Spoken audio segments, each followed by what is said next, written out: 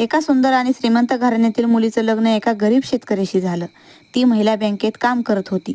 सकाळ सकाळी आपल्या घरातील कामे आवरून बँकेत जाण्यासाठी निघायची. रोज सकाळी ती महिला बँकेत आवरून जाण्यासाठी निघायची. त्याच वेळी तिचा सासरा तिला काही ना काही काम सांगायचा. जसं की फोन आणून दे, चष्मा आणून दे. काही दिवसानंतर त्या महिलेला सासऱ्याचा राग येत होता.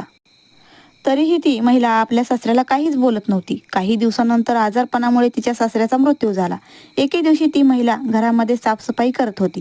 तेवढ्यात तिला सासऱ्याची डायरी सापडली. डायरीमध्ये सासऱ्याने लिहिले होते की, मुली, मला माहीत आहे की तुला सकाळ सकाळी काम सांगितल्यानंतर राग येत होता, पण आपण कधीही बाहेर जाताना मोठ्यांचा आशीर्वाद घ्यायचा.